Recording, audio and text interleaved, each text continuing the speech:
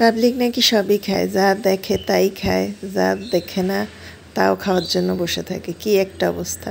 তো আজকে আমরা কি খাইলাম সেটার ভিডিও নিয়ে চলে আসছি। এটা হচ্ছে এমন একটা দিনের গল্প, এমন একটা দিনের রান্নার রেসিপি যেদিন ফ্রিজে কয়টা মুরগির রান ছাড়া কিছুই থাকে না।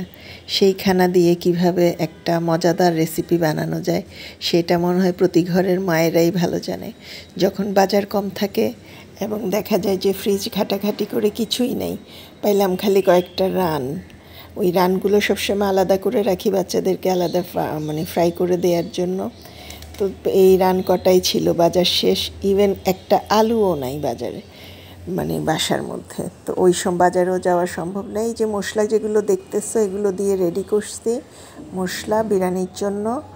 আর তো গরম মশলা থাকবেই, মিক্সড গরম মশলা, মাংসের মশলা, সেগুলো আলাদা।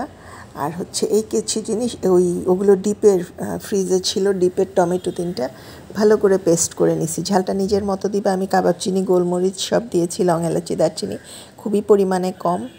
তো মশলাটা ভালো করে ঘি তেল মিক্স করা ভেজে নিচ্ছি। পাশে তো হালকা আছে আমার চিকেনটা ভাজা চলছে। চিকেনটা একটু ছুরি দিয়ে খোঁচা খোঁচা করে দিয়েছি যেন ভালো মতো সিদ্ধ হয়। তো মশলা ভালো করে যখন হয়ে আসবে খুব সুন্দর একটা ফ্লেভার বের হবে, এর মানে হচ্ছে মশলাটা ভালো করে কষেছে। তো মুরগির পিসগুলো দিয়ে দিব। আমি মুরগির পিসগুলো হালকা লালচে করে ভেজে নিয়েছি এবং ডিম আছে কিন্তু ভালোই ভেজে নিয়েছি, দেখেছো। তো এই মশলার মধ্যে মুরগিটা একটু ভালো করে কষিয়ে নেব। তো তোমরা ঝালের পরিমাণটা যেটা বলেছিলাম, এ ধরনের বিরিয়ানি একটু ঝাল ঝাল ভাল লাগে। আমি আবার এর মধ্যে বাদাম বেটে দিয়েছি, বাদামের পেস্ট করে, কাজু, পেস্তা, দেশি বাদাম 3টা মিক্স করে হাতের কাছে যা ছিল। পেস্তা একটু কম দিয়েছি, দাম বেশি। কাজু দিয়েছি 10টার মতো, আর 1 মুঠো হচ্ছে দেশি বাদাম। এটা পেস্ট করে এর মধ্যে দিয়ে দিলাম। যেহেতু নাই বেশি কিছু নাই, তো যা আছে তা দিয়েই একটু মজা করে খেতে হবে, তাই না। দিয়ে দিয়েছি সামান্য একটু গরম পানি।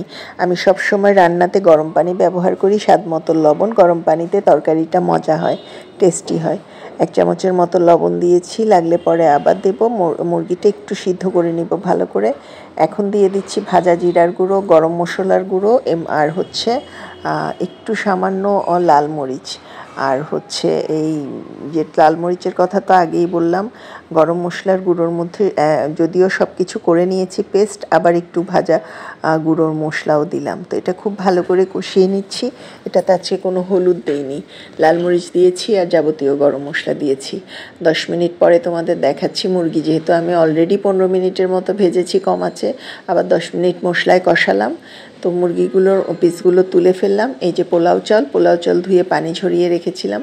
চিনি গুঁড়া চাল আমাদের বাসায় কমন হচ্ছে, চিনি গুঁড়া চালটা থাকে, খাওয়া হয়, মানে তৎক্ষণাৎ ইনস্ট্যান্ট। এটার খিচুড়ি, ফিরনি, পোলাও যেটাই করতে চাই।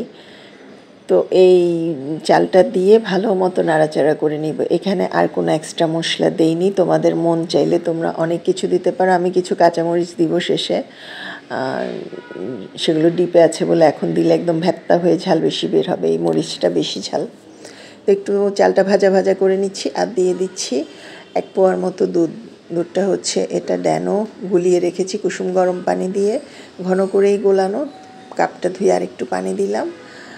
তোমরা চাইলে পাতলা করে গুলিয়েও পুরাটা দিতে পারো, আমি একটু ঘন করেই গুলিয়ে দিয়ে দিলাম। তো এই মিশ্রণটাতেই আমার পোলাও চালটা হয়ে যাবে।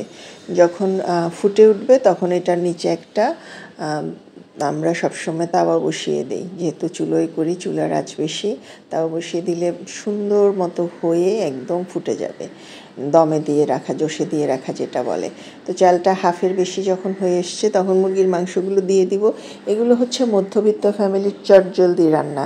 মায়েদের অনেক কিছু জানতে হয়, মায়েদের অনেক টিপস ম্যানেজ করতে হয়, টিপস করে করে বাচ্চাদের জন্য।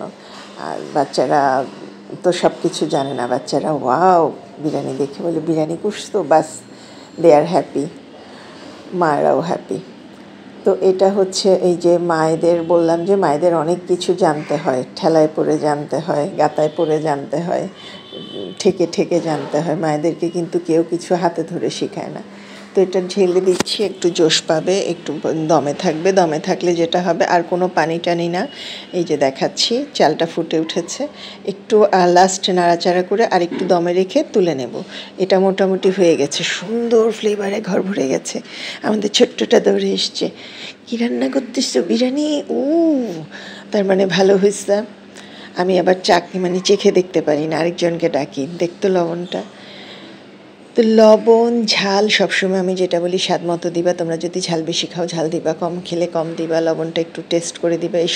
এই জাতীয় খাবারে লবণ বেশি হলে স্বাদটাই নষ্ট হয়ে যায়, কম হলে তো নিয়ে নেওয়া যায়, বেশি হলে আমার কাছে মনে হয় আর কি পুরো খাবারের টেস্টটাই নষ্ট হয়ে যায়। তো হয়ে গেছে মোটামুটি। ভালো লাগলে লাইক কমেন্ট শেয়ার করে দিও, সুন্দর একটা গঠনমূলক কমেন্ট করবো। আমার ইউটিউব চ্যানেল আছে হেসেলে রাখার নামে, সাবস্ক্রাইব করলে খুশি হব। আমার রান্নার পেজও আছে হেসেলে রাখার নামে, সেটাও যদি একটা টুকুস করে গিয়ে ফলো দিয়ে আসো। Welcome and love lots of. তো দেখো বিরিয়ানি রেডি, পরিবেশন করব। একদম সিম্পল, ওই যে বলেছি কিছু নাই এর দিনেও কত স্পেশাল খাবার রেডি হয়ে যায়। তো এখন তো খাবো। ভালো থেকো, সুস্থ থেকো, সুন্দর থেকো, সবার জন্য অনেক শুভকামনা। রেসিপি ভালো লাগলে একটা কমেন্ট করবে, রেসিপি ভালো না লাগলেও একটা কমেন্ট করবে, মোস্ট ওয়েলকাম, কোনো সমস্যা নেই। একটা সুন্দর গঠনমূলক কমেন্ট উৎসাহ যোগায় পরবর্তী ভিডিও বা পোস্টের জন্য। যেহেতু সবাই এখন কন্টেন্ট ক্রিয়েটর, সবাইকে উৎসাহ দেবে। তো কেমন হলো রেসিপি, কেমন হলো চটজলদি রান্না জানাতে ভুলো না। আল্লাহ হাফেজ।